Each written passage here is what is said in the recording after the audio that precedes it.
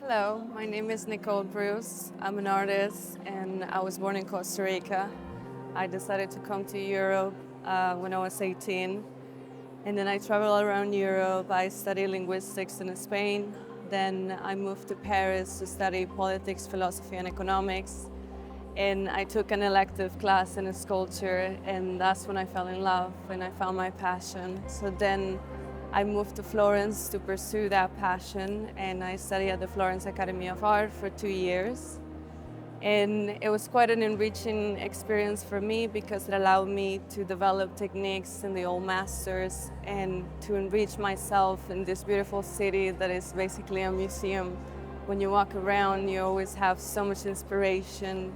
It allows me to kind of pursue the kind of style and the kind of sculpture that I want to do. And this is the result.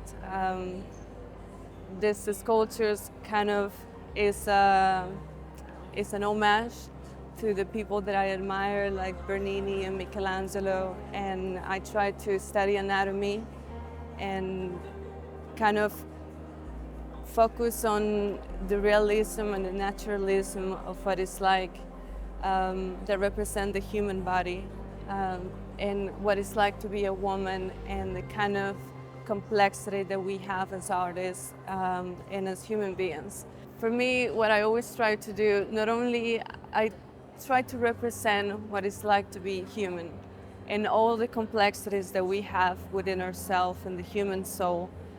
For instance, with this sculpture here, like although the fragility of her own torsion and the fragility of her own being, she searches towards the light and towards the heavens and towards God. And I feel like in a way that kind of reaching and searching represents life itself. So as you can see, she's at the edge of the precipice and she looks up to the gods with like faith and with all her passion and all her strength. And in the other sculpture is kind of the contrast of that. I was inspired by a Sicilian story which is called La Testa del Moro, and was one of the first stories that I ever heard when I moved to Florence. And it's a love story that represents that kind of struggle and complexity that we have when we allow our emotions to take control of ourselves. And as Nietzsche put it, like there is always madness in love and reason in madness.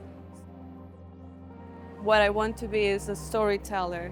I want to tell stories of what it means to be human. I want to represent humanity, and also elevate it. I want to elevate people through art. I want people to feel something when they look at my work. It's not only about the accuracy of anatomy, but it's about what we have within ourselves that bring us closer towards a kind of better understanding of ourselves as persons. And so, yeah, it has been a great opportunity for me to be here. It's my first Biennale, being surrounded by so many great artists, especially them, which, for me it's just an honor as an artist.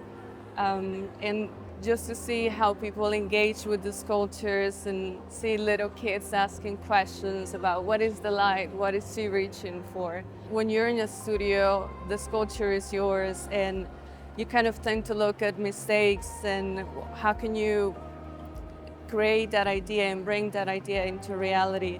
But when you see other people interacting with it and see that they have their own understanding of the sculpture, but at the same time they understand what I'm trying to do, and I feel it fills my heart just to see that and see so many young people like walking around and connecting with my work, which as an artist is everything you ever want. You want people to connect with it, to engage with it, and hopefully,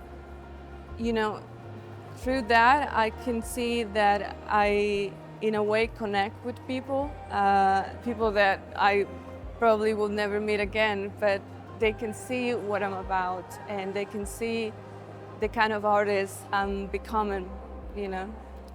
So it has been a very enriching experience for me just to be here, connecting with people, allowing my work to be part of them and their daily life.